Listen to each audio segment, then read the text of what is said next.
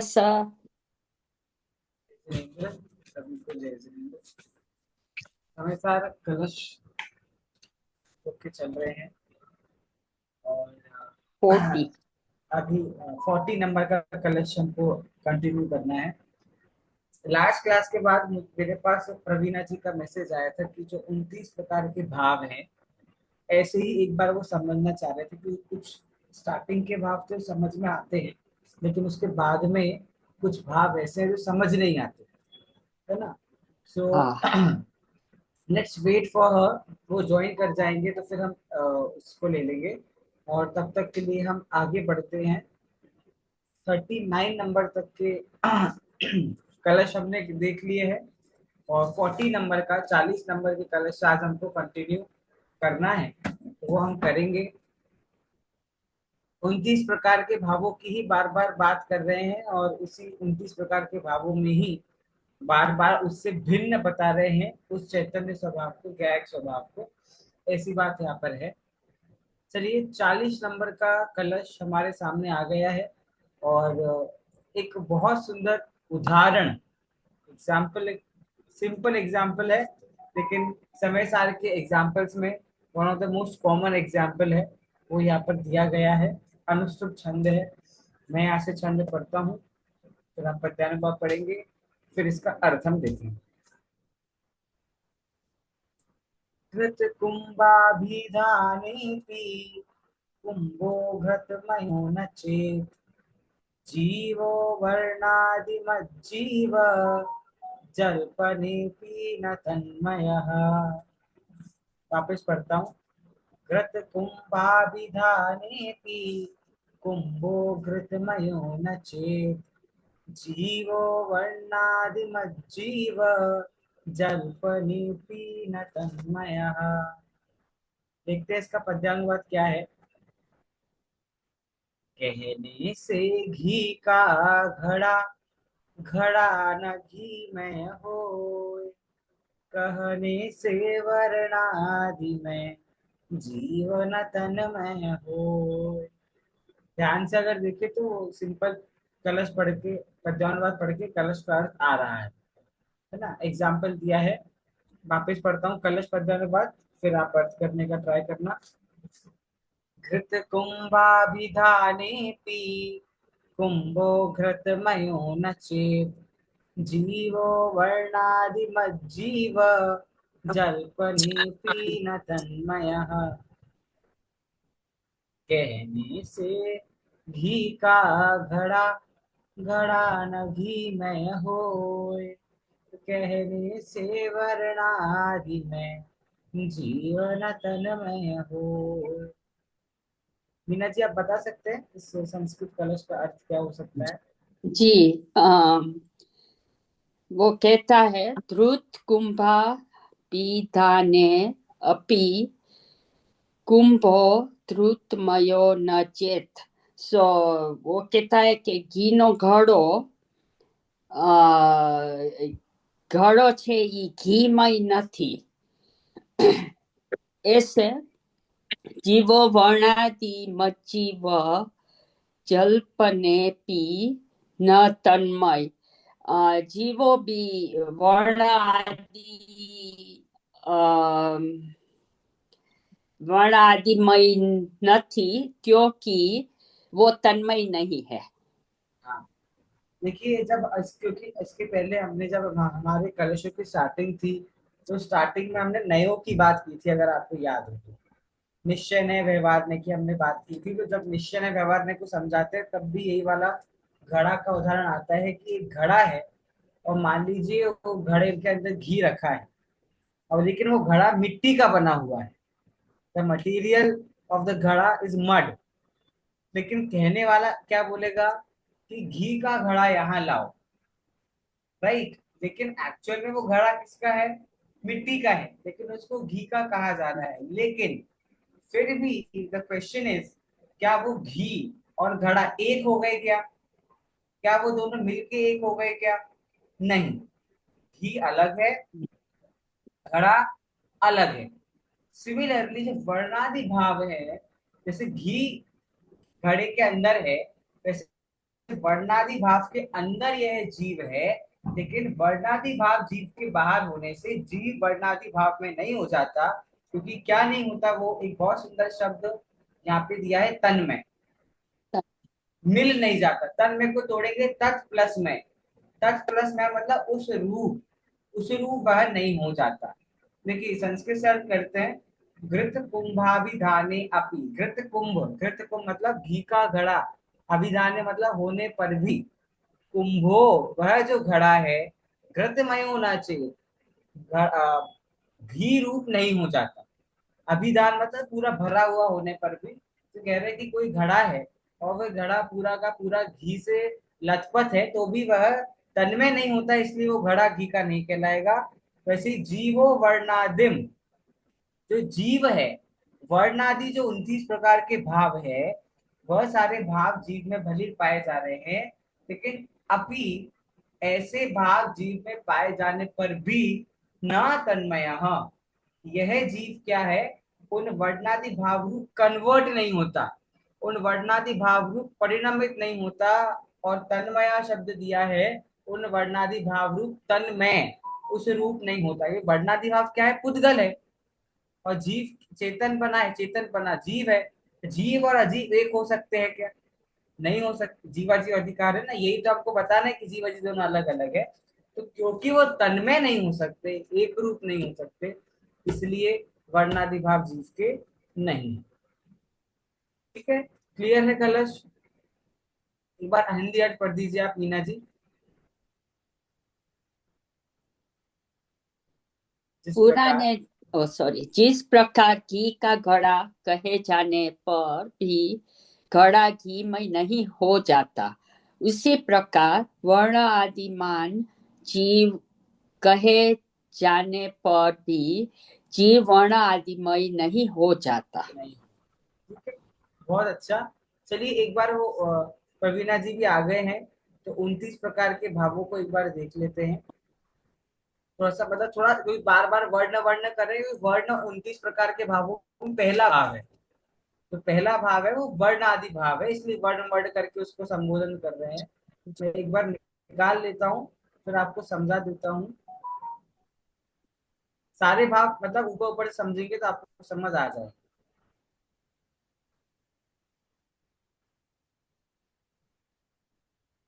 जी। ये देखिए, सबसे पहले जो दो भाव बोले हैं, सुगंध और दुर्गंध। ये आपको पता है, गंध हमारा जो इंद्रिय है, उसके दो विषय सुगंध और दुर्गंध। फिर 5 प्रकार के रस, टेस्ट वर्ड में जो लगते हैं, कड़वा है, कसायला, चरपरा, खट्टा, मीठा, 5 काइंड ऑफ टेस्ट, सब पुद्गल है। अब उसके बाद टच, 8 काइंड ऑफ टच। कोई चीज आप छूते हो तो आपको कोई स्लिपरी चिकनी लग सकती है, कोई आपको ग्रेनरी मतलब रूखी लग सकती है। फिर ठंडा, गरम, हेवी, लाइट, सॉफ्ट, हार्ड, ये सब क्या टचेज है, तो छूने पर हमको ऐसा लग सकता है। ठीक है, इन सब बातों को बोला कि ये सब चीजें अजीब है, जीव नहीं है। फिर सबसे बड़ा अजीब क्या है, जिसको यह जीव जीव मानता है, वो क्या है, शरीर। ये शरीर सबसे बड़ा अजीब है, लेकिन हम इसको अपना मान रहे हैं। तो कितने टाइप्स के शरीर होते हैं, तो 5 प्रकार के शरीर होते हैं, औदारिक, वैक्रियक, आहारक, तेजस, कारमान। अब इसमें हमारा शरीर आ गया, देव गति के जीवों का, नरक गति के जीवों का शरीर आ गया, और जो जानवर हैं, त्रियंश गति के जीव, उनका शरीर आ गया, सभी का शरीर इसमें आ गया। अब इसके बाद वाला थोड़ा सा आपको हो सकता है समझ ना आ रहा हो, कि 7 नंबर का जो पॉइंट है, 7 नंबर के पॉइंट में यहाँ पर लिखा है, सम चतुर संस्थान, न्यग्रोध परिमंडल, स्वाति, कुब्जक, वामन, हुंडक। संस्थान ये मतलब, मूड के प्रकार। हाँ है ना, मतलब संस्थान। अच्छा, आप बताना चाह रहे हैं प्रवीणा जी? नहीं वो जैसे हमारे शरीर का कैसे स्वरूप है, मतलब आकार, आकार। बेसिकली, है ना। हाँ, तो कोई तो छोटा है, कुछ कोई बड़ा है, कहते हैं ना कुछ कुबड़े लोग, हम कहते हैं कुबड़े मतलब जिनकी थोड़ी सी पीठ झुक गई है। when there are elder people, but जब थोड़ा सा उनकी एज जाती है तो आप देखते हैं थोड़े झुक के चलते हैं, वैसा होता है। फिर किसी किसी का बॉडी टाइप, जो आजकल हम कहते हैं पियर्ड शेप बॉडी है, किसी की फैट बॉडी है। तो जो बॉडी का शेप होता है वो अलग अलग संस्थान के कारण से है। तो कितने संस्थान है? तो 6 प्रकार के संस्थान होते हैं।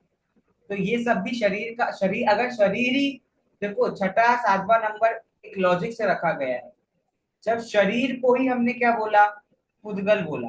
तो जो शरीर का आकार होगा, the shape of the body, वो भी कैसा होगा? पुद्गल ही होगा, राइट। शरीर पुद्गल है और शरीर का शेप जीव है, ऐसा तो पॉसिबल नहीं, राइट।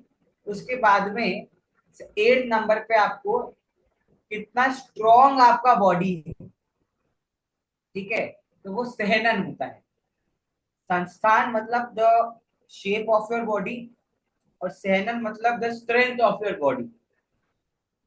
वज्र ऋषभ नाराज, वज्र नाराज, नाराज अर्थ नाराज, किलिका, असंप्राप्ति पाटिका, ये 6 प्रकार के सेना है। इसमें सबसे अच्छा सेनन जो बोले ना, वज्र ऋषभ नाराज सेनन, ये तीर्थंकर। तीर्थंकरों का शरीर है। कहते हैं लोहे के समान शरीर है, आसानी से चोट नहीं लगती है, आसानी से मतलब शरीर को डैमेज नहीं होता है। हमारा आपका शरीर अर्ध नाराज है, जिसको इजीली हर्ट किया जा सकता है। दैट्स वाई हमारा शरीर इजीली कट किया जा सकता है, फोल्ड किया जा सकता है। तो ये सब क्या है? हमारे शरीर की स्ट्रेंथ कैसी है, उस स्ट्रेंथ को हड्डियों के, जो हमारे बॉडी के अंदर हड्डी है, हमारी हड्डियां टूट जाती है, फ्रैक्चर हो जाता है। दैट्स बिकॉज क्योंकि हमारा सेनन वज्र ऋषभ नारा। आपने सुना है कि तीर्थंकर को फ्रैक्चर हो गया हो, किसी किसी तीर्थंकर की हड्डी टूट गई हो, ऐसा सुना है? नहीं। क्यों नहीं सुना? क्योंकि उनका शरीर वज्र ऋषभ नाराज का है। इतनी स्ट्रॉन्ग हड्डियां हैं लोहे के समान, that it can not be mould, it can not be break. हाँ बोलिए प्रवीणा जी। सर ये सब चरम शरीरी जीवों को यही व्रज व्रज हाँ ऋषभ जी, नारज। हाँ जी, हाँ, सब सब महापुरुषों को वज्र ऋषभ नाराज सहन होता है, ठीक है। अब इसके बाद कुछ परिणामों की तरफ आ रहे हैं। राग, 9 नंबर पे राग। राग को अजीब बोला, ऑब्वियसली हम राग को तो हमेशा से अजीब बोल रहे हैं। उसके बाद आ गया मोह, ठीक है, मोह भी अजीब है, राइट। मोह राग द्वेष सब आ गया। 12th नंबर पे इन्होंने 4 चीजें दी है, मिथ्यात्व, अविरति, कषाय और योग। ये चारों जो है, these are the reason of ashram. कर्म क्यों हो रहे हैं जीव के? इन 4 कारणों से जीव के कर्म हो रहे हैं। मिथ्यात्व आपको पता ही है, उल्टी मान्यता, अतत्व का श्रद्धा करना। रत्नकण शावकाचार में हमने सम्य दर्शन का लक्षण देखा है, देव शास्त्र गुरु का यथार्थ श्रद्धा, याद है कि नहीं? रत्नकण शावकाचार में हमने देखा है ना, श्रद्धानम परमार्था नाम आप्त आगम तपोभृताम। तो देव शास्त्र गुरु पर सच्चा श्रद्धा सम्यक दर्शन है। तो कुदेव कुगुरु कुशास्त्र पर श्रद्धा मिथ्यात्व कहलाएगा। अविरति मतलब व्रत आदि का पालन नहीं करना। कषाय आपको पता ही है, जो आत्मा को कसती है। योग मतलब आपको पता ही है, मन वचन काय, राइट। ये सब चीजें पुद्गल है। उसके बाद सबसे बड़ा पुद्गल जो हमको दिखता नहीं है, जीव और पुद्गल में एक बात फायदेवादी थी कि हमको पुद्गल दिख जाता है, लेकिन कर्म एक ऐसा अजीब है। कर्म 8 प्रकार के कर्म, ज्ञानावरण, दर्शनावरण, वेदनीय, मोहनीय, आयु, नाम, गोत्र, अंतराय, कर्म दिखते हैं क्या? वैसे नहीं दिखते, पर ऐसे दिखते हैं। कोई जीव का ज्ञानावरणी का उदय होगा तो आपको पकड़ में आ जाएगा, हाँ भैया इस जीव को तो ज्ञानावरण का उदय है, ये बेचारा। क्योंकि जैसे कई बार क्या होता है, आप देखते होंगे हमारी क्लास में भी या नॉर्मली भी, कोई बहुत पढ़ता है, बहुत दिन रात मेहनत करता है, सब कुछ लर्न कर लेता है, सब कुछ याद कर लेता है, और कोई एक रात पहले पढ़ता है, बस जस्ट अ डे बिफोर। और जब रिजल्ट बाहर आते हैं, तो जिसने एक दिन पहले पढ़ा था, he scores more than the one जिसने बहुत दिन भर पढ़ा था। ऐसा होता है कि नहीं? It happens. Why does it happens? क्योंकि जिसने बहुत पढ़ा, एग्जाम टाइम पे उसका ज्ञानावर्ण का उदय आ गया, तो सब वो उसका वैनिश हो गया। ऐसी दर्शनावर्ण, वेदनी, मोहिनी, आयु, नाम, गोत्र, अंतरा, ये कर्म है। और सारे के सारे कर्म कैसे हैं? पुद्गल।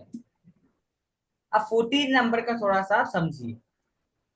ये पर्याप्तियां अगर आपको पता हो तो, आहार, शरीर, इंद्रियां, पर्याप्ति वो चीजें होती हैं जिनको कंप्लीट करने पर ही एक जीव ऐसा कहलाता है कि इसका जन्म है। जब एक बच्चे का जन्म हो जाता है, छोटा नया बच्चा, न्यू बॉर्न बेबी जो होता है, जिसका जन्म होता है, तो एक कोई भी जीव तभी जन्मा कहलाएगा जब वो छह पर्याप्तियों को पूरा कराए। मतलब जब वो जब वो खाना खाने के केपेबल हो जाए, जब उसकी पांचों इंद्रियां कंप्लीट हो जाए, जब उसके पास मन आ जाए, जब उसके पास बोलने की शक्ति, भाषा आ जाए, तो जब ऐसी छह पर्याप्तियां पर्याप्त जो जीव प्राप्त करता है, वही जीव जन्म धारण करने वाला कहलाए। कई बार क्या होता है, कुछ बच्चे they are born and then they die, right? जन्म लेते ही दे डाई। ऐसा क्यों होता है? क्योंकि छह पर्याप्तियां उनकी पूरी नहीं हो पाई, राइट? और पर्याप्तियां पूरी नहीं होंगी तो जीव जन्मा नहीं कहलाएगा। ठीक है। उसके बाद आप देखिए आगे इसमें लिखा है नो कर्म। हाँ बोलिए प्रवीणा जी, बोलिए। एक पर्याप्ति याद नहीं आ रही है। आहार, श्वासोश्वास, इंद्रिय, भाषा, मन। हाँ, शरीर ज्ञान, ना, शरीर, शरीर, शरीर। शरीर। श्वासोश्वास। श्वासोच्छ्वास तो मैं बोल दिया, शरीर। ठीक है। अब ये छह पर्याप्तियां हो गई। अब इसके बाद देखिए एक और चीज यहाँ पर लिखी हुई है आप लोग को, नो कर्म। नो कर्म को अगर सिंगल एक वर्ड में कहना हो तो आप कह सकते हो नो कर्म मतलब हो गया आपका शरीर, सिंपल। ठीक है। जो आप कर्म पढ़ोगे घुमट सार वगैरह खंडा नियुक्त के ग्रंथों में, तो सारे के सारे नो कर्म शरीर के है। शरीर का लंबा होना, छोटा होना, तो शरीर का नो कर्म कैसा है भाई? इसका तो नो, इस कर्म खराब है इसलिए इसका शरीर छोटा है, किसी का बड़ा है, काला है, गोरा है। तो शरीर के साथ में जो भी कंडीशंस हो रही है विद आवर बॉडीज, ठीक है, that is because of no karma. ठीक है। उसके बाद ये बता रहे वर्ग। पूरा पूरा मत देखो आप, जितना बता रहा हूं उतना। वर्ग मतलब होता है जो कर्म होते हैं, कर्म, राइट? कर्म जो होते हैं, तो जब अलग अलग अलग कर्म हमारे उदय में आते हैं, तो जब बहुत सारे कर्म मिल जाते हैं, राइट, और बहुत सारे कर्म मिलकर के जब उदय में आते हैं, तो कर्मों के समूह का नाम वर्ग है। Group of karmas is called as varga. हाँ प्रवीणा जी कुछ पूछ रहे थे आप? वो सर जरा 15th में जो बताया है ना, कर्म के रस की शक्तियों, हाँ अर्थात हाँ, अविभाग प्रतिषेधों, वो, वो जरा थोड़ा। हाँ, जो ये है ना कर्म के रस की शक्तियां, रस की शक्तियां मतलब कर्म का पावर। और कर्म का पावर आपको कब दिखेगा? जब वो उदय में आएगा, राइट? कर्म आपका उदय मतलब भाई मेरा तो क्या है, पाप कर्म का उदय था तो मैं गिर गया, ठीक है, तो वो उदय, वो कल भी था पाप कर्म, लेकिन आज वो उदय में आया। तो कर्म की रस की शक्तियां, और जो अविभाग प्रतिषेध कह रहे हैं ना, अविभाग प्रतिषेध मतलब जिसका दूसरा टुकड़ा ना हो सके। तो जो कर्म आपको उदय में आ रहे हैं उन कर्मों के टुकड़े नहीं हो सकते। टुकड़े नहीं हो सकते मतलब जितने कर्म आपको उदय में आने हैं उतने पूरे के पूरे कर्म उदय में आएंगे ही आएंगे। You can not break those karma. इसलिए उनको बोला अविभाग प्रतिषेध। प्रतिषेध में टुकड़े, अविभाग मतलब नहीं हो सकते। जिन कर्मों के और टुकड़े नहीं हो सकते, जितने ओरिजिनल फॉर्म में कर्म है, वो ओरिजिनल फॉर्म में कर्म उदय में आएंगे ही आएंगे। और मैंने इस वर्ग को सिंपल लैंग्वेज बताया, ग्रुप ऑफ कर्म इज कॉल्ड एज वर्ग। तो जब हमें कर्म उदय में आते हैं, और जो कर्म हमको उदय में आ रहे हैं वो भी क्या है, पुद्गल है, वो भी अजीब है, वो यहाँ पर बताने का मेन फैक्टर है। अब कर्मों के थोड़ा समझना 16 नंबर के पॉइंट के लिए। कर्मों का समूह हो गया वर्ग, करेक्ट? और वर्गों का समूह जो है वो है वर्गण। मतलब समझो आप बेटा है और बेटे का बाप, फादर ऑफ द सन, सन हो गया वर्ग और फादर हो गया वर्गणा। तो किसी किसी को वर्ग उदय में आ रही है और किसी किसी को वर्गणा उदय में आ रही है। जैसे आपने कई बार ऐसे केसेस देखे होंगे कि कुछ लोग रोड क्रॉस करते हैं, बाय क्रॉसिंग द रोड, और किसी का एक्सीडेंट हुआ, गाड़ी से कोई ठुका किसी को गाड़ी, तो उसको सिर्फ फ्रैक्चर हुआ, उसको सिर्फ पैर में चोट आई, और किसी को गाड़ी ठोका तो ऑन स्पॉट डेड हुआ, ऐसा होता है, राइट। कंडीशन सेम थी, उसी फोर्स से, उसी पावर से, उसी रोड पर दो लोगों का एक्सीडेंट हुआ, लेकिन एक को सिर्फ पैर में थोड़ा डैमेज हुआ और एक का पूरी लाइफ चली गई। ऐसा क्यों हुआ? क्योंकि एक को वर्ग उदय में आया, कुछ कर्मों का समूह उदय में आया तो वर्ग है, और एक को वर्गणा उदय में आई, बहुत सारे वर्ग एक साथ उदय में आ गए, आयु कर्म आ गया तो ऑन स्पॉट खत्म हो गया। और किसी का इतने कर्मों का उदय अभी नहीं आया था, इसलिए उसको सिर्फ पैर में डैमेज हुआ। अब थोड़ा आगे बढ़ने के पहले, बिकॉज इट्स साउंडिंग लाइन की हम करना नियोग का विषय पढ़ रहे हैं या समथिंग, समय सार का ऐसे हमको नहीं भूलना है। ये वर्ग वर्गना पढ़ के क्या हमको वैराग्य जैसा फील आया कि नहीं? मुझे तो आया। जो मैंने आपको अभी कार वाला सिनेरियो आपके सामने रखा, किसी की डेथ हो गई और किसी का सिर्फ पैर टूटा, ऐसा क्यों? सिंपल एग्जांपल क्यों ऐसा क्यों हुआ? पूर्व में दोनों व्यक्तियों के साथ कुछ बुरा हुआ होगा, ठीक है। एक ने उस परिस्थिति में अपने परिणामों को शांत रखा और एक ने उस परिस्थिति में कुछ बुरा एक्शन करा। मान लीजिए दोनों बच्चे, किसी दो लोग थे जिनका एक्सीडेंट हुआ और एक की डेथ हुई और एक का फ्रैक्चर हुआ। पूर्व में दोनों को किसी ने गाली दी थी, ठीक है।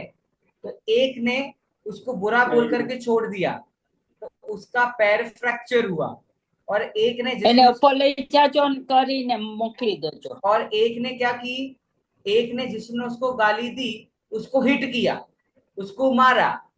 तो जिसने उसको मारा उसने एक परिणाम अपने इतने क्रूर करे कि आगे जाके उसकी डेथ हुई, और एक ने सिर्फ नॉर्मल अपने परिणाम रखे तो उसको गाय ठुकी तो उसको सिर्फ पैर में फ्रैक्चर हुआ। इसलिए कहते हैं हमेशा अपने परिणामों को संभालो। बहुत परिणाम बिगाड़ोगे, बहुत सारे कर्म उदय में आएंगे, और बहुत सारे कर्म उदय में आएंगे तो वो वर्ग ने वर्गणा कहलाएंगे। और थोड़े बहुत कर्म तो हम और आप कर ही रहे संसार में, तो वर्ग तो उदय में आना ही है, कर्म तो आना ही है। अब that is in our hand कि आपको वर्ग को उदय में लाना है या वर्गणा को उदय में लाना है, ठीक है। ये हो गए 16 पॉइंट। 17 नंबर पे कह रहे हैं कर्मों का समूह वर्ग होता है, 15 नंबर का पॉइंट। 16 नंबर पे वर्ग का समूह वर्गणा होता है, और 17 नंबर का पॉइंट वर्गणा का समूह स्पर्धक होता है। क्या बोला? वर्गणा का समूह स्पर्धक होता है, मतलब ग्रैंडफादर। बेटा वर्ग, फादर वर्गणा, और ग्रैंडफादर स्पर्धक। मतलब कर्मों की कैपेसिटी, कर्मों की क्वांटिटी, कर्मों की पावर सब कुछ बढ़ती जाती है।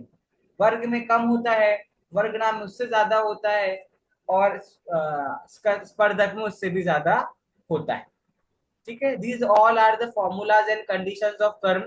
जब आप करना न्यू पढ़ेंगे तो और डीपली आप समझेंगे। 18 नंबर के पॉइंट में सर इसका जरा ये अपना स्पर्धक, स्पर्धक का एक एग्जाम्पल देंगे, जैसे ये दिया ना। हाँ तो इसमें आप ऐसा तब लगाओ। तो अब देखो डेथ है, डेथ से बुरा तो कुछ भी नहीं हो सकता, राइट। तो उस डेथ को स्पर्धक मान लेते हैं, और फ्रैक्चर को हमने वर्गना बोल दिया। और कोई उस रोड से क्रॉस कर रहा था और उससे सिर्फ गाड़ी पास हुई तो हल्का सा उसको हिट हुआ, उसको लगा नहीं, ठीक है। कहते ना कि भाई समय समय का खेल है। हम कई बार कहते हैं अगर 1 सेकंड वो पीछे होता तो बच जाता, या 1 सेकंड पहले वो हॉस्पिटल पहुंच जाता तो बच जाता, या रिवर्स होता है 1 सेकंड बाद अगर हो जाता तो वो नहीं हो पाता। किसी किसी को हमको ब्लड चाहिए तो किसी किसी के लिए इजीली ब्लड अरेंज हो जाता है, किसी किसी का ब्लड अरेंज नहीं हो पाता। कोई कोई क्या होता है, रास्ते में जा रहे हैं हॉस्पिटल तक, रास्ते में किसी किसी को दम तोड़ देते हैं। और कोई कोई क्या है, दूसरे शहर तक पहुंच जाते हैं और उनका चेकअप हो जाता है, अच्छे भले वापस आते हैं। कोई कोई सिंगल हार्ट अटैक में किसी किसी की लाइफ चली जाती है, और कुछ कुछ लोग दो दो तीन तीन हार्ट अटैक को एक साथ बेयर कर लेते हैं, राइट। तो ये सब चीजें सही क्या है। है? ये सब कुछ स्पर्धक, वर्गणा, वर्ग, ये सब कर्मों का खेल है। जैसे आपके परिणाम पूर्व में रहे होंगे उसके अकॉर्डिंग कर्मों का समूह बनता है, कर्मों का ग्रुप बनता है। तो या तो वर्ग बन जाता है, या वर्गना बन जाता है, या फिर स्पर्धक बन जाता है। ठीक है। 18 नंबर पे एक टर्म इसमें नया आया है, अध्यात्म स्थान। अब सुनने में तो लगता है कि ये तो जीव होगा, अध्यात्म स्थान। ठीक है। लेकिन अध्यात्म स्थान मतलब वो चीज है जिसको स्व और पर का ज्ञान नहीं है।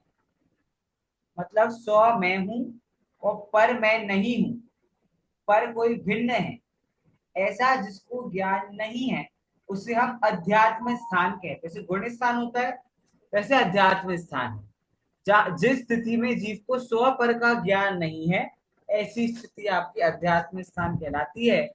और स्व पर का ज्ञान नहीं होने पे आप पर को भी अपना मानोगे, और आप पर को अपना मानोगे अगर, तो वो क्या कहलाएगी? पर को अपना मानना क्या कहलाएगा? पुद्गल, पर समय। है ना। हाँ, पर समय कहलाएगा, पुद्गल कहलाएगा, अजीव कहलाएगा। और यहाँ पर 29 चीजें अजीब ही गिन रहे हैं। अब एक और चीज आई है आपके सामने अध्यात्म स्थान के बाद, अनुभाग स्थान। अनुभाग स्थान, ये अनुभाग स्थान क्या होता है? जो कर्मों के फल देने की शक्ति, कर्मों के फल देने की शक्ति को अनुभाग कहते हैं। मतलब जितनी पावर से आपको कर्म उदय में आ रहा है। जैसे किसी को 5 चाटे पड़े और किसी को 1 चाटा पड़ा, लेकिन किसी को धीरे धीरे 5 चाटे मारे उसे जोर से लगेगी, या 1 चाटा खींच के मार दिया उसको जोर से लगेगी। 1 चाटा, लेकिन कहने में क्या है 5 चाटे और 1 चाटा, लेकिन पावर ज्यादा किसमें थी? वो 1 चाटे में, और 5 चाटों में पावर कम थी। तो कर्मों की जो पावर है उसका नाम है अनुभाग। ठीक है। और ऐसी जो कर्मों की पावर है, जो कर्मों को अपना मान लेता है, वो भी अजीब है। तो अनुभाग स्थान भी अजीब है। 20 नंबर पे देखिए, हाँ बोलिए प्रवीणा जी। सर वो 18th नंबर का है जो स्व पर के एकत्व का अध्यास। हाँ हाँ, एकत्व करना ना, तो स्वपर में को एक मान लेना। तो वो जो, अध्यात्म स्थान भी मैं हाँ नहीं हूँ, मैं हाँ, नहीं हूँ नहीं है, ऐसे। नहीं नहीं। तो सुनने में जैसे ऐसा सुनने में ऐसा लगता है कि अध्यात्म स्थान मतलब जीव की बात हो रही है। अध्यात्म है ना, लेकिन वो उसकी बात नहीं है। तो मैं ये पूरा पढ़ रही हूँ तो मुझे ऐसे लग रहा है कि शायद कहीं भी हमारे सिद्धांत में मिथ्यात्व के भी स्थान बताए होंगे इतना, तो ये अध्यात्म स्थान की चर्चा उसमें आई होगी शायद। मिथ्यात्व के स्थान में देखिए। क्योंकि ये तो एक पर समय का दिखाया ना ये अध्यात्म स्थान। देखिए क्या है, ये एक तो समय सार की गाथाओं में जो भी गाथा इसके पहले आई वहां पर अध्यात्म स्थान की बात आई है। दूसरा, जो मिथ्यात्व के 5 प्रकार होते हैं उसमें तो अध्यात्म स्थान जैसा कुछ नहीं है। हाँ, लेकिन आप मिथ्यात्व भी इसे कह सकते हो, क्यों नहीं कह सकते? क्योंकि उल्टी मान्यता मिथ्यात्व है, और स्व पर को एक मान लेना, जीव अजीव को एक मान लेना, आत्मा शरीर को एक मान लेना, ये तो उल्टी श्रद्धा है। जहां दोनों को अलग अलग मानना चाहिए वहां दोनों को आपने एक मान लिया, तो दैट्स मिथ्यात्व ओनली। वो तो उल्टी मान्यता ही है। तो ले सकते हैं उसको वैसा। आगे देखिए 20 नंबर पे आया है योग स्थान। ठीक है? योग स्थान क्या है? तो 3 प्रकार के योग है, मन वचन काया। तो इनका कंपन होना मतलब इनका यूज होना, और उसको मैं जीव मान लेता हूं। जैसे मैं कुछ कह रहा हूं, तो जो मैं कह रहा हूं, जो मेरे वर्ड्स यूज हो रहे हैं, जो मेरे शब्द हैं, ये जीव नहीं है, ये अजीब है, ये पुद्गल है, ये भाषा वर्गना का काम है, लेकिन मैं इसको जीव मान लेता हूं। मन, मन को सब लोग जीव मानते हैं। मन जीव नहीं है, मन अजीब है। और हम गाने गाते हैं अभी अभी मेरे मन में, अरे मन अजीब है। ज्ञान एकमात्र है जो जीव का सहायक है। तभी तो हम कहते हैं इंद्रियों और मन को जिनने जीत लिया है ना। भगवान की जब हम बात करते हैं तो हम क्या बोलते हैं? जिन्होंने इंद्रिय और मन दोनों को जीत लिया है। क्योंकि मन क्या है? अजीब है, दैट इज योग स्थान। एक और चीज आई है, बंध स्थान। 7 तत्वों में आपने बंध पढ़ा है, आत्मा में कर्मों का बंधना। ठीक है। तो कर्मों की बात आ गई, कर्मों के पावर की बात आ गई। तो बंद स्थान मतलब जो अलग अलग अलग अलग कर्म हमारे आत्मा के साथ बंधे हुए हैं। तो क्योंकि वो कर्म आत्मा के साथ बंधे हुए हैं, तो हमें क्या लगता है कि भाई वो कर्म भी आत्मा है। राइट, हमको ऐसा लग सकता है, लेकिन ऐसा नहीं है। वो हमारे परिणामों के कारण कर्म आत्मा के साथ बंधे हैं, और यदि हमारे परिणाम शुद्ध हो जाएंगे तो वो आत्मा से दूर हो जाएंगे, भिन्न हो जाएंगे। तो बंध स्थान मतलब अलग अलग कर्म जो आत्मा के साथ बंधे हुए हैं, वे भी कैसे हैं? अजीव है, जीव नहीं है। इसके बाद है एक और टर्म, उदय स्थान। ठीक है, अब ये भी आपको पता ही है, कर्म जब उदय में आते हैं, कर्म जब उदय में आते हैं तो उनकी कंडीशन भी क्या है? अजीब है। देखो मेन बात तो क्या है, अगर आप कर्मों को अजीब मान लोगे तो आप सब चीजों को, अध्यात्म स्थान को, अनुभाग स्थान को, योग स्थान को, बंध स्थान को, उदय स्थान को, वर्ग को, वर्गणा को, स्पर्धक को, सब कुछ अजीब जान लोगे। लेकिन मैंने कर्मों को, किसी को पूछा भाई संसार में क्यों घूम रहे हो, तो कहता है भाई मेरे कर्मों को इसलिए घूम रहा हूं। जब मेरे कर्मों को पता चला जाएगा तो मैं नहीं घूमूंगा। तो मतलब आपने सारी जिम्मेदारी, सारा बोझा किस पे डाल दिया? कर्मों पे, और खुद हाथ पे हाथ डाल के बैठ गया कि जब मेरे कर्मों का नाश होगा तब मैं मोक्ष चला जाऊंगा, तो मुझे कुछ भी नहीं करना है, जो करना है कर्मों को करना है। अरे कर्म पुद्गल है, वो खुद कुछ नहीं कर सकते। तुमने अपने परिणाम ऐसे करे कि कर्मों को वेलकम करा, मोस्ट वेलकम, और अब जब वो कर्म आ गए हैं तो तुम उन कर्मों को जीव मान रहे हो। जीव सदा से था और सदा काल तक रहेगा, लेकिन कर्म को तुमने बुलाया है तो उसको भगाने का काम भी किसका है? मेरा है, क्योंकि कर्म कैसे है? अजीब है। तो उससे रिलेटेड ही आपका उदय स्थान है। उसके बाद है आपकी 14 मार्गणा स्थान। मार्गणा स्थान वो चीज होती है जिसकी हेल्प से हम ढूंढते हैं कि जीव कहाँ कहाँ पाया जाता है। जीव की जो रिसर्च करना है भाई, जीव कहाँ कहाँ तक पाया जाएगा, तो 14 प्रकार की स्टेजेस आचार्य ने बताई है कंडान्यू ग्रंथों में। इन 14 स्टेजेस से यू कैन सर्च फॉर जीव। जीव कहाँ कहाँ मिलेगा? तो 4 गतियों में जीव मिलेगा, 5 इंद्रियां होंगी वहां पर जीव मिलेगा, शरीर में जीव मिलेगा, मन वचन काय में जीव मिलेगा। वेद मतलब स्त्रीलिंग पुल्लिंग नपुंसकलिंग, तो स्त्री है, नपुंसक है, पुल्लिंग है। कषाय करने वाला जीव होगा, ज्ञान जाए वहां जीव होगा, संयम जाए, दर्शन जाए, 6 लिश्य आपको पता ही है। 6 लिश्य पता है ना? वो कृष्ण 6 लिखिए। लिश्य, कृष्ण, नील, कापोत, पीत, पद्म, सफेद। जो भव्य होगा वो जीव है। सम्यक्त्व, संज्ञा, संज्ञा मतलब पता है? आहार संज्ञा, मैथुन संज्ञा। ठीक है, ये सब जो भय संज्ञा और आहार। तो ये 14 स्थानों पे हम सर्च करेंगे सीबीआई की तरह, तो हमको वहां पर जीव मिल जाएंगे। और ऐसे 14 स्थान मार्गणा कहलाती है। ठीक है, इसके बाद आपको एक और चीज दी है, वो है स्थितिबंध स्थान। ये स्थितिबंध स्थान मतलब समझो आप सत्ता। सत्ता मतलब जितने टाइम पीरियड के कर्मों की लिए, सत्ता। हाँ जितने टाइम पीरियड के लिए कर्म हमारे साथ में है। देखो उदय नहीं आया कर्मों का, देखना, कर्मों का उदय आना और कर्मों का सत्ता में होना में अंतर है। सत्ता मतलब एग्जिस्टेंस। भाई हो सकता है कि मेरा कोई कर्म आज भी हो, लेकिन मैं गिरूं कल, मुझे चोट कल लगे, क्योंकि कल मेरे कर्मों का उदय आएगा। लेकिन आज से मैंने कुछ बुरा किया ही नहीं, तो फिर मेरे कर्म कैसे बंधे? तो मैंने बहुत पहले कुछ बुरा किया था, और जैसे ही मैंने बुरा किया मेरे कर्म बंध गए, तब से लेकर आज तक वो सत्ता में पड़े हुए हैं, और कल मैं गिरूंगा तो वो उदय में आ जाएगी। सत्ता मतलब एग्जिस्टेंस। तो स्थिति बंद स्थान मतलब अलग अलग कर्म जितने लिमिटेड टाइम पीरियड के लिए रहते हैं हमारे साथ में, उन्हें स्थिति बंद स्थान कहते हैं, वो भी अजीब है। उसके बाद एक और चीज आपको दिए, संक्लेश स्थान। संक्लेश स्थान मतलब देखिए होता है, कई बार क्या है, कर्म चेंज हो जाते हैं। चेंज हो जाते हैं मतलब कैसे हो जाते हैं, कि मानो आप, संक्रमण। संक्रमण, आपको कई बार मानो ज्ञानावर्णी का उदय आना था, लेकिन आपको दर्शनावर्णी कर्म का उदय आ गया। समझ रहे हैं?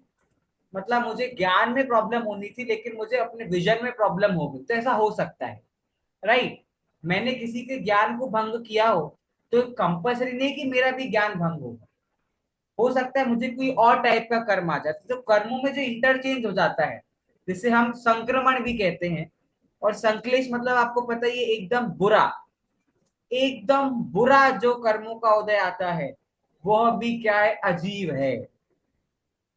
जैसे हम कहे, जो क्रिमिनल्स होते हैं, और कोई क्रिमिनल किसी के साथ कुछ गलत करता है और किसी को किल करता है, किसी की जान लेता है, तो हम क्या बोलेंगे कि भाई मेरी जान तो किसी जीव ने ली है, किसी लिविंग बीइंग ने ली है। तो नहीं, इतने बुरा कर्म आ रहा है तो वो कर्म भी कैसा है, अजीब ही है। कितना ही बुरा कर्म हो लेकिन वो अजीब ही कहलाएगा। उसके बाद अगला देखो, विशुद्धि स्थान।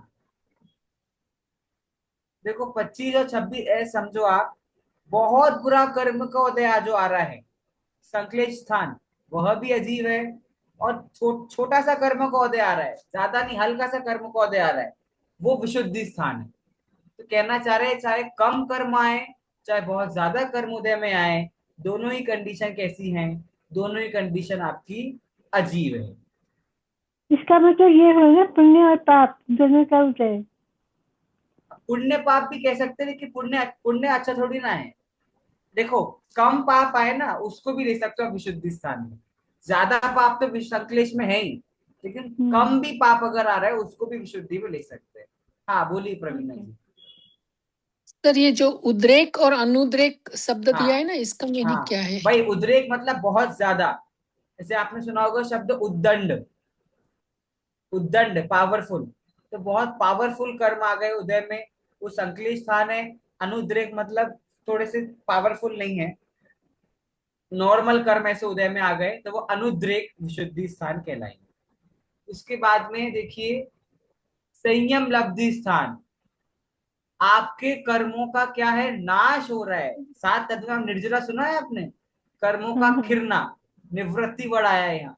तो मानो हाँ। धीरे धीरे आपके कर्म नाश हो रहे हैं, लेकिन वो कर्मों का नाश होने वाली प्रोसेस भी जीव नहीं है, वो क्या है, अजीव है। जी। विपाक मतलब कर्मों का उदय, और निवृत्ति मतलब नाश होना। तो जो कर्मों का नाश हो रहा है धीरे धीरे, आत्मा से कर्म हमारे दूर जा रहे हैं, इट साउंड्स लाइक कि भाई ये तो जीव है, मेरे कर्म खत्म हो रहे थे, इसको तो हम जीव मानेंगे ना, इस प्रोसेस को तो अच्छा हो रहा है, कुछ अच्छा भले ही हो रहा है कर्मों का नाश, लेकिन है वो अजीब ही। निर्जरा अजीब है कि नहीं है? सात तत्वों में निर्जरा जीव है कि अजीब है? निर्जरा अजीब है। सिमिलरली संयम लब्धि स्थान भी अजीब है। उसके बाद 28 नंबर पे आया आपको, पर्याप्त और अपर्याप्त। सर आपने बताया था कि मोक्ष अजीब है, या पता नहीं किसने हाँ तो बताया था। मोक्ष अजीब है ना, क्योंकि हाँ, मोक्ष पर्याय का नाम है। आपने बताया था कल, पता नहीं। कल नहीं, पर मैंने कुछ दिनों पहले बताया था क्लास में, आपने मेरी रिकॉर्डिंग सुनी होगी, उसमें आपको याद होगा।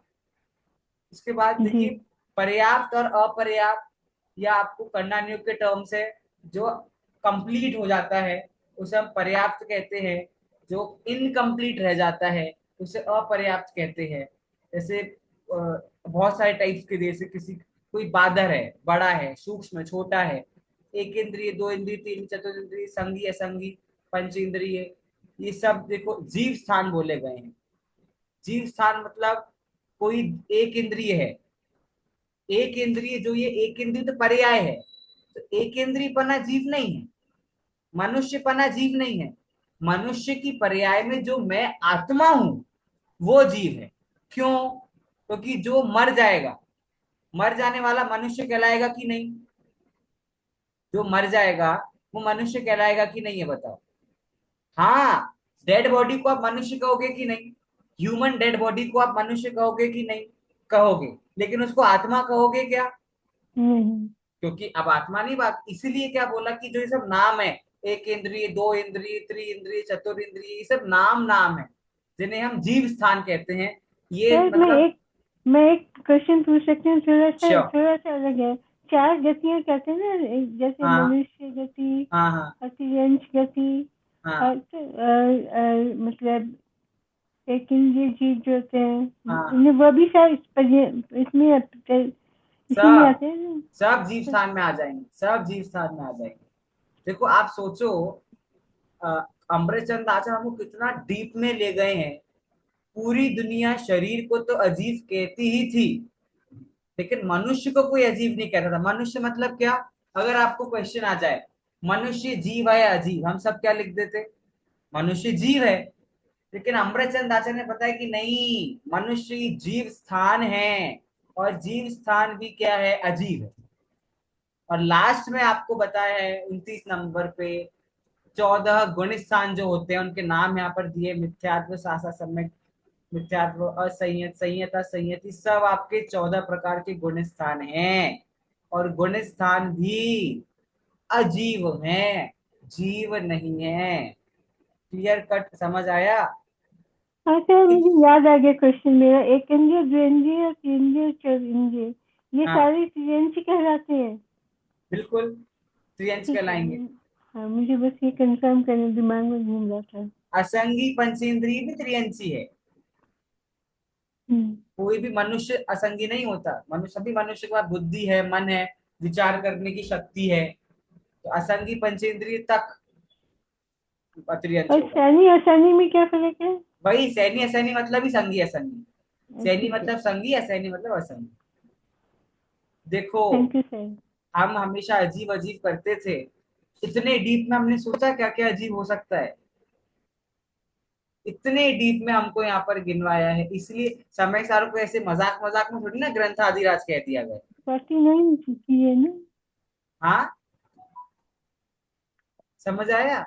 कुछ तो सर, बात मुझे इस, ये समझने में बहुत टाइम लगा था, ये वाली हाँ बात है। हाँ, क्योंकि थोड़ा सा करणानियों का विषय आ गया है, तो थोड़ा सा कुछ लोगों को लगा भी होगा।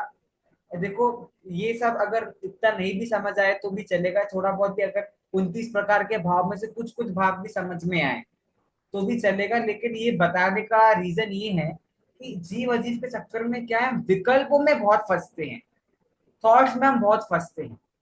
देखो, जो अब शरीर को अपना मानेगा वो, भाई शरीर का मुझे हेल्थ इंश्योरेंस कराना है, शरीर का मुझे चेकअप कराना है, क्या पहनना है, कहाँ क्या क्या पहनना है, उसकी कैसे केयर करनी है, तो दिन भर शरीर में लगा रहेगा। और जो अपनी आत्मा को अपना मानेगा उसे क्या करना पड़ेगा, उसे कितनी केयर करनी है आत्मा की, कुछ नहीं करना। तो सारी प्रॉब्लम क्या है कि जितने अजीब हैं जो हमारा सिर्फ नुकसान कर रहे हैं, हम उसकी चिंता में लगे हैं, उसकी ग्रूमिंग में लगे हैं, उसको अच्छे करने के पीछे मरे जा रहे हैं। राइट? और जो जीव है उसको कुछ नहीं करना, वो तो फॉर एवर ग्रूम्ड ऑलरेडी है, हमको उसको पहचानना है, लेकिन वो हम तैयार है नहीं।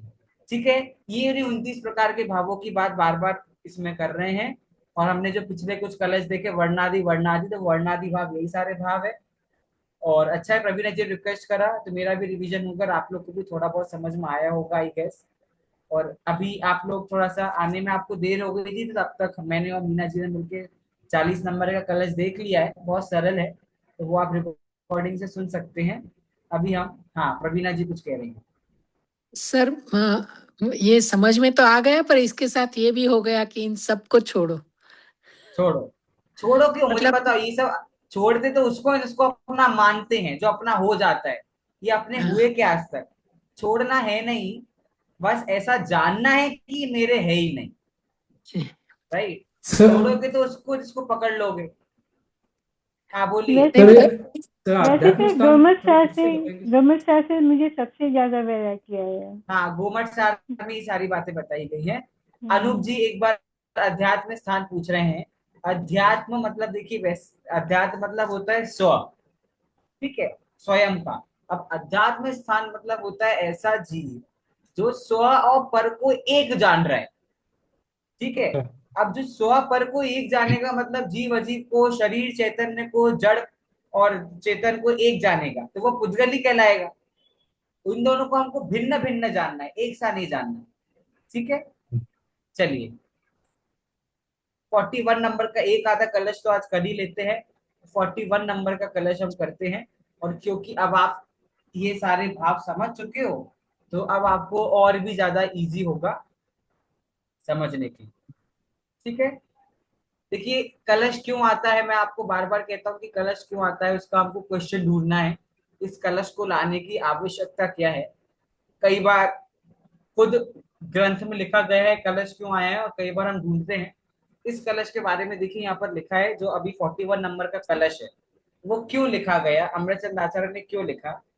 देखिए क्या लिखा है, अब यहाँ एक प्रश्न उपस्थित होता है कि जब ये भाव जीव नहीं है, 29 प्रकार के भाव देखे ना हमने, तो जब इनमें से एक भी भाव जीव नहीं है तो जीव सूच है। तो जीव क्या है, जीव कैसा है, जीव कौन है? तीन प्रश्न क्या पूछे गए? जीव क्या है, जीव कैसा है, जीव कौन है? इस क्वेश्चन का आंसर करने के लिए 41 नंबर का कलश आ रहा है।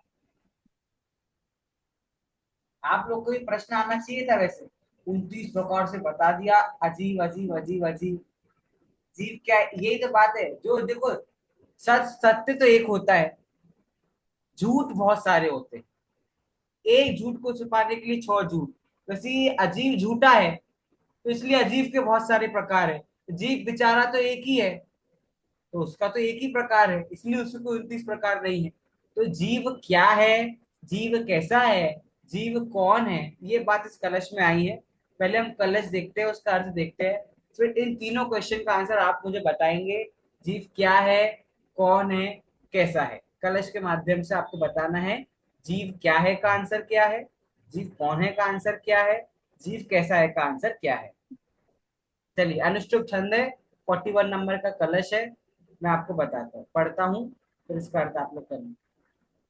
अनादिनन्तम अचलम श्वासं वेद्यमिदं स्फुटं जीव स्वयं तु चैतन्य उच्चैश्चकचकायते। अनादिनन्तम अचलम श्वासं वेद्यम इदं स्फुटं जीवः स्वयं तु चैतन्यम चैतन्यम उच्चैश्चकचकायते। देखिए हिंदी अर्थ देखिए। स्वानुभूति में जो प्रकट अचल अनादि अनंत स्वयं जीव चैतन्य में जगमगात अत्यंत। वापिस पढ़ पढ़ रहा हूँ, फिर कलश पढ़ूंगा, फिर आपको आंसर बताना है कि जीव क्या है, जीव कैसा है, जीव कौन है। तीन क्वेश्चन का आंसर पता होना चाहिए आप लोगों को। स्वानुभूति में जो प्रकट अचल अनादि अनंत स्वयं जीव चैतन्य में जगमगात अत्यंत। अनादिनन्तम अचलम स्वसंवेद्यम इदं स्फुटं जीवः स्वयं तु चैतन्यम उच्चैश्चकचकायते। कौन अर्थ कर रहा है? अनूप जी ट्राई करेंगे क्या? हाँ। चलिए। अनाद्य अनंत मतलब अनादि अनंत और अचल है, और स्वसंवेदन स्वानुभूति अर्थात स्वसंवेदन रूप, और स्फुटम मतलब स्फुटम स्फुटम तो का क्या पहले भी कई बार आ चुका है ये शब्द, स्फुटम प्रस्फुटित होना, प्रकट होना। स्फुटित प्रकट। जीव स्वयं जीव चैतन्य स्वरूप है, चैतन्य चैतन्य रूप से जगमगाता हुआ वह जीव है। इसका जीव चकायते मतलब चमकाता चमकता हुआ। देखिए बहुत सिंपल अर्थ है, जीव की क्वालिटी गिनवा रहे हैं। अनाद्यनंतम अचलम, जीव कब से है? अनादि से है, क्योंकि जीव को किसी ने बनाया नहीं है। क्योंकि जिस चीज को बनाया जाता है उसको बिगाड़ा भी जा सकता है, उसका नाश भी किया जा सकता है, लेकिन जीव का नाश कभी भी होता नहीं। इसलिए अनादि अनंत है। अचलम, अचल मतलब चलायमान नहीं है। जीव कभी पुद्गल होगा क्या, जड़ होगा क्या? नहीं होगा, क्योंकि वो चलायमान नहीं है, अचल है। एक बार जीव ज्ञानमान हो गया, हो गया। और अचल का एक और अर्थ ये है, एक बार सिद्ध दशा को जीव ने प्राप्त कर लिया तो वापस आएगा क्या? वापस आएगा क्या? आपने, आइए हम बच्चों को समझाते हैं। वो जहां से मैं ओरिजिनली हूँ, आप लोग को शायद पता नहीं है, जिस एमपी के छोटे से गांव, उसका नाम है राघोगढ़। तो वहां के हमारे एक बहुत बड़े पंडित जी हुए हैं पहले के, सुशील कुमार जी राघोगढ़। तो उन्होंने बच्चों के शिविर के लिए अभी अनुज जी आपके बेलगावी में भी बहुत बड़ा शिविर लगा था, इफ यू नो, छोटे बच्चों का शिविर लगा। तो उसमें बच्चों का जो नेशनल एंथम मतलब बच्चों का गीत है वो है चाहे अंधियारा हो। अगर आपने सुना हो, चाहे अंधियारा हो या दूर किनारा हो, आवाज हमें देना, हम दौड़े दौड़े दौड़े दौड़े आएंगे। ठीक है। अब उसमें वो 4-5 पैराग्राफ में गाते हैं, हम पूजा रचाएंगे, हम मंदिर जाएंगे, पूजा रचाएंगे, जिनवानी पढ़ने को हम दौड़े दौड़े आएंगे, हम शिविर बनाएंगे, ज्ञान नशाएंगे, ऐसे करके दौड़े दौड़े आएंगे हर पैराग्राफ के बाद में। लास्ट पैराग्राफ उसका ऐसा है, हम सिद्ध बन जाएंगे, हम मुक्ति पाएंगे। फिर क्या है, आवाज नहीं देना, हम कभी नहीं आएंगे। उसका मतलब है अचल। मतलब आप शिविर में बुलाओ हम आएंगे, आप मंदिर बुलाओ हम आएंगे, आप जिनवाणी पढ़ने बुलाओ हम आएंगे, आप अज्ञान नशाने बुलाओ हम आएंगे, आप पूजन करने बुलाओ हम आएंगे, लेकिन एक बार हम सिद्ध बन गए तो आप हमें मत बुलाना, क्योंकि सिद्ध बनने के बाद हम वापस कभी भी आने वाले नहीं। ठीक है। अति सुंदर। ये बच्चों को हम कविता पढ़ाते तो बच्चे समझ आते हैं इससे। ठीक है। बहुत तो जिन्होंने, सुंदर। हाँ, ये जिन्होंने लिखी है सुशील कुमार जी, राघोगढ़। राघोगढ़ एक बहुत छोटा टाउन है एमपी में, जहाँ से मैं ओरिजिनली बिलोंग करता हूँ। तो वो हमारे पूर्व पंडित जी थे, और अब मेरे फादर उनकी गद्दी संभालते हैं। तो ऐसा वो परंपरा चल रही है। तो उसमें ये लाइन है, तो सिद्ध बनने के बाद ये जीव वापस नहीं आता है, ये है अचल। ठीक है, जो Sir, चलायमान नहीं है। please, can you sing it for us? The we'll do whole one thing. we'll do one thing, इसका बहुत अच्छा रिकॉर्डिंग है, so we'll play that, okay, in the end of But the we class. want to hear your voice Sure, as okay, well. मैं उसको, okay, मैं sir lyrics, last में गा लीजिए, रिकॉर्ड कर हाँ लेंगे हम अलग ठीक है, से। मैं उसकी लिरिक्स निकाल दूंगा, हम उसको रिकॉर्ड कर देंगे। बहुत अच्छा बच्चों का भजन है, बहुत ही मतलब गीत है, स्वीट है। छोटे बच्चों के लिए है स्पेशली। तो उनको कोई भी, आप लोग शायद इंडिया से नहीं है इसलिए आप लोग को इतना फेमिलियर नहीं होगा मीना जी, प्रवीणा जी, बट इंडिया में इट्स द मोस्ट कॉमन। अब तो नए नए बच्चों को गाने के लिए, तो कैसे आजकल क्या है, इंस्टाग्राम पे कुछ रील्स फेमस हो जाती है, तो उन रील्स को हम कन्वर्ट कर देते हैं किसमें, क्योंकि जनरेशन आजकल की है, दे लिसन टू दैट। तो एक रील फेमस हुई थी, आहा टमाटर बड़ा मजेदार। तो उसको, टमाटर को हमने क्या बोल दिया, टमाटर तो सड़ जाता है, गल जाता है, खराब हो जाता है, तो टमाटर मजेदार नहीं है। जो कभी सड़े ना, गले ना, खराब ना हो, ऐसी चीज मजेदार है। तो ऐसी कौन सी चीज जो कभी गलती नहीं है, वो आत्मा है। तो आहा आत्मा बड़ा मजेदार, ऐसा वी कन्वर्ट दैट। तो बच्चे इसमें एंगेज होते हैं। ठीक है। तो सर ये, ये भी आपके बच्चे ही है समझो। नहीं, नहीं, Yeah. ऐसा तो कुछ नहीं। आप लोग, हमें भी आप आज लोग, बहुत मजा आ गया ये सुन के। हाँ, एक हम बारी मैंने तुम्हारे बच्चे, गलती से यूट्यूब पे बच्चों का प्रोग्राम देखा, तो मैंने हाँ, पूरा एंड तक देखा, 2 घंटे का, इतना मजेदार हाँ, लगा। कहाँ का देखा आपने?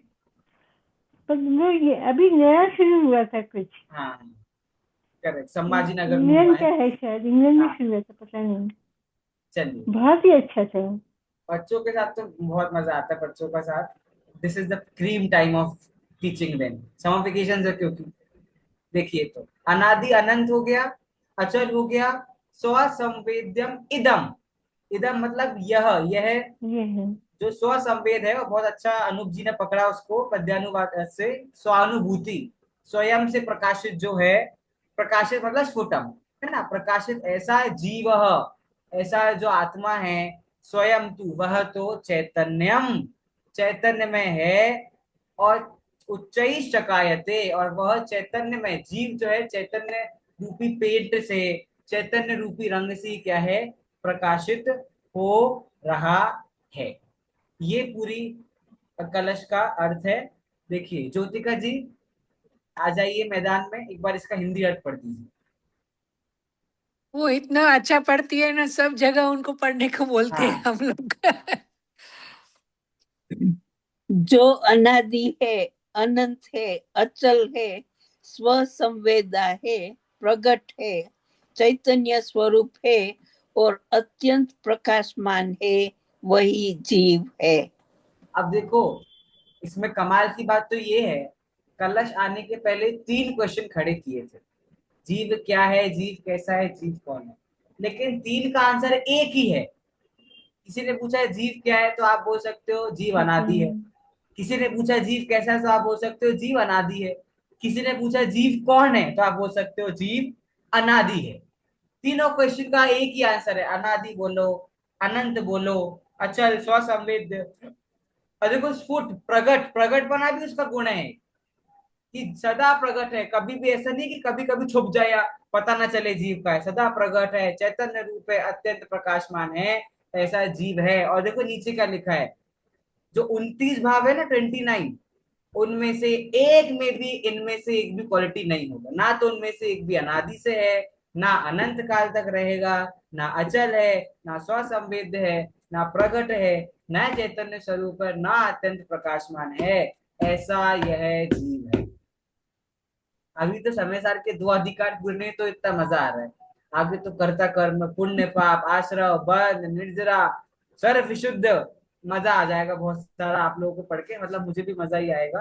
तो अब आगे क्या क्या नया बात अमृतचंद आचार्य 29, हमको लगता है पता है अब क्या बताएंगे, आत्मा की बात हो तो गई, लेकिन अब उन्हें 29 प्रकार के भाव ले आए, फिर कुछ ले आएंगे, फिर कुछ ले आएंगे। तो नया नया तरीके से समय सार को हमारे सामने रखा गया है, और बस इसको इस तरीके से फन से पढ़ेंगे तो पढ़ सकते हैं, और इसको इसको बोझा समझेंगे तो इसको पढ़ना मुश्किल है। साइंस में इसका एक जो डिफिनेशन है लिविंग बीइंग का, उसका इतना, उसका डेफिनेशन साइंस में दैट विच मूव्स ऐसा कहा है, और हमारे आचार्यों ने कितना विस्तार से और सही दिया है, स्व संवेदन में और चैतन्य में, और साइंस कितना एक नैरो डेफिनेशन और देता है। साइंस नैरो है और बहुत लेट है, बट द हाँ thing is that generational problem ये है कि साइंस ने बताया तब वो प्रमाणिक है, और वही हाँ एग्जैक्ट बात अगर हमारा धर्म आपको इतने समय पहले बता रहा है तो वो प्रमाणिक क्यों नहीं है। बात सिर्फ इतनी है, वो तो हमारे जैनिज्म में जैसे पानी छानने की बात है, तो अनादिकाल से हमारे ग्रंथों में लिखा है कि उसमें अनंत जीव है। बहुत टाइम बाद साइंटिस्ट ने उसको डिस्कवर किया कि 36,450 उसमें जीव है, तो अचानक से हवा मच गया कि जीव है, जीव है, जीव है। और जैन तो सदा का चिल्ला रहे हैं भैया अनछने पानी में जीव है, जीव है, पर नो बडी अग्रीड। वो तो अच्छा है कि जैन धर्म में है तो हम लोग नाम के भूखे नहीं है, जैनों का वैसे इतना नाम है, और कितना तो हम फाइट नहीं करते कि हमने राइट दिया है। अगर किसी और रिलीजन का होता तो अभी तक साइंस को डुबो डालते पूरा कि ये सब तो हमने बताया, साइंस ने नया क्या किया है। आपको पता नहीं है, बहुत सारे ऐसे ग्रंथ हैं जो कि ऑफिशियल नेशनल लाइब्रेरी में जैन ग्रंथ स्टोर्ड हैं, और उन ग्रंथों को रिसर्च के रूप में पढ़ा जाता है। प्रवचन सार ऑफिशियल कोर्स में शामिल है जो फॉरेन यूनिवर्सिटीज है। मीना जी, प्रवीणा जी, आपको पता होगा फॉरेन यूनिवर्सिटीज के कोर्स में ऑफिशियल ग्रंथ है प्रवचन सार। पंचास्तिकाय जो है, वो पंचास्तिकाय में पूरा जो हमारी आंखें हैं, जो आंखों का स्ट्रक्चर, कैसे आंखों की रचना हुई, कैसे वेन्स की रचना हुई, ब्लड क्लॉटिंग कैसे होती है, इतना साइंटिफिक चीजें पंचास्तिकाय में प्रॉपर आई हैं, ये सब चीजें। एंड देन और हमारी जनरेशन को जैन धर्म कैसा लगता है, आउटडेटेड लगता है कि इसमें क्या है, बट कहीं ना कहीं इसमें उनकी गलती नहीं, इसमें हमारी गलती, that we are not able to make them fall in love with this. और उसका सिर्फ एक टेक्निक है, समय सार आपको 1000 लोग पढ़ाने वाले मिलेंगे, लेकिन जब उसको इंटरेस्ट से आप पढ़ोगे, अपना मान के पढ़ोगे, तो मजा आएगा। दैट इज व्हाट समय सार इज फॉर अस, और इसलिए ऐसे उसको ग्रंथ आदिराज नहीं कहा गया है। तो वो बात यहाँ पर है। 41 हमारे कलश हो गए हैं, और बाकी कलश हम आगे कंटिन्यू करेंगे ऑन सैटरडे। ब्रिटिश लाइब्रेरी में भी बहुत ग्रंथ है हमारे। बिल्कुल है, और हमें पता नहीं है कितने हमारे ग्रंथ जो हमारे हाथ नहीं लगे हों और आज भी अवेलेबल हो, लेकिन हमारे हाथ नहीं। जैसे जो गंधहस्ती महाभाष्य है, आज तक हमारे हाथ में है या नहीं है, वी डोंट नो। और हम कह भी नहीं सकते। ग्रंथों को बचाने के लिए जान भी दे दी है कितने श्रावकों ने। हाँ, बिल्कुल दे दिए। लेकिन हमें भी ये ना 3 साल पढ़ने के बाद इसकी महिमा समझ आई है, करेक्ट करेक्ट। पहले नहीं समझ में आई थी। देखिए वो पढ़ने से आती, लेकिन टुडे जनरेशन इज लाइक उनको पढ़ना ही नहीं है, पढ़ेंगे नहीं तो उसकी वैल्यू कैसे आएगी, that is the thing no. पर ठीक है। सर, हमारे दोस्त लोग भी बोलते हैं ना, क्या पूरा दिन पढ़ाई कर रही है। हाँ, मेरे साथ भी यही प्रॉब्लम है। आप लोग पढ़ते हैं मतलब दिन दिन भर, इतना तो मैं भी नहीं पढ़ता हूँ to be honest। नहीं तो हम तो पढ़ते हैं। पढ़ते इसलिए कि समझ आए कुछ। सर ऐसा है ना कि आप छोटी उम्र से पढ़ने लगे हैं, अभी हम तो हम्म, अब जैसे धीरे धीरे आगे बढ़े हैं, फिर जब समय सार पढ़ा, प्रवचन सार पढ़ा, तो ऐसे लगा कि नहीं, इसको और डेप्थ में समझना है, ये ठीक से समझना है। तो अभी हमारे लिए बहुत समय कम है, इसलिए लग रहा है कि चलो कर लें। हाँ, मुझे तो 5 साल हुए हैं, जब से लॉकडाउन हुआ तब टोडरमल से जी ने शुरू किया। टोडरमल जी ने इसलिए बोला है कि जितना हो सके उतना पढ़ना है, लेकिन उसमें भी जो प्रयोजनभूत है, जो प्रयोजनभूत विषय है, विषय की कमी नहीं है, ठीक है, कमी नहीं है। हम कहते रहते हैं हमारे पास ग्रंथ नहीं है, लेकिन इसका एक एस्पेक्ट ये भी तो है कि जितने हमने उतने पढ़ लिए क्या, जय जिनेन्द्र। जय जयेंद्र जय जयेंद्र।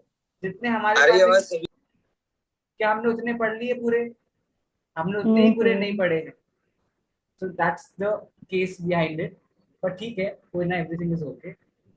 चलिए, एक मुझे गवर्नमेंट स्टार्ट करना है, तो उसके लिए क्या करूँ, कहाँ कौन सी क्लास में जाऊँ गवर्नमेंट स्टार्ट के लिए? आप मुझे मैसेज करो, मैं आपको लिंक भेजता हूँ गवर्नमेंट शहर की। ठीक है, हाँ, वो भी काफी इंटरेस्टिंग है। ठीक है, चलिए ठीक है, फिर। Sir thank you. इसमें लिंक इसमें क्लास में ही भेज दीजिए ना हाँ सर। हाँ, वो मतलब आप देख लीजिएगा उसको। एक दो विद्वान उसको पढ़ाते हैं, लेकिन वो थोड़े से शास्त्रियों को क्लास लेते हैं थोड़ा सा। तो आपको देखना, आप लोग को समझ आ रहा है जैसा क्या। बाकी आपको कोई डाउट्स हो तो आप मुझसे पूछ सकते हैं, वो मैं क्लियर कर दूंगा। ठीक है, ये तो बहुत ही अच्छा है। ठीक है, देन हम लोग मिलते सर हैं आप फिर। ठीक है। वो गा हाँ, लेते हैं अभी, अच्छा वो वो, हाँ, स्तुति ठीक है, मैं रिकॉर्ड अलग से करिए। एक से, अच्छा, अलग से रिकॉर्ड करना है उसको। ठीक है, मैंने निकाली है। ये देखिए, ये लिखा है ना, पंडित सुशील जी राघोगर, ये हमारे गांव का नाम है, राघोगर। अलग से रिकॉर्ड करना है कि इसमें ही? नहीं नहीं, अलग से करिए ना सर, हम सुनते रहेंगे उसको। हम्म, Those who want to leave, they can leave if they have something else to do.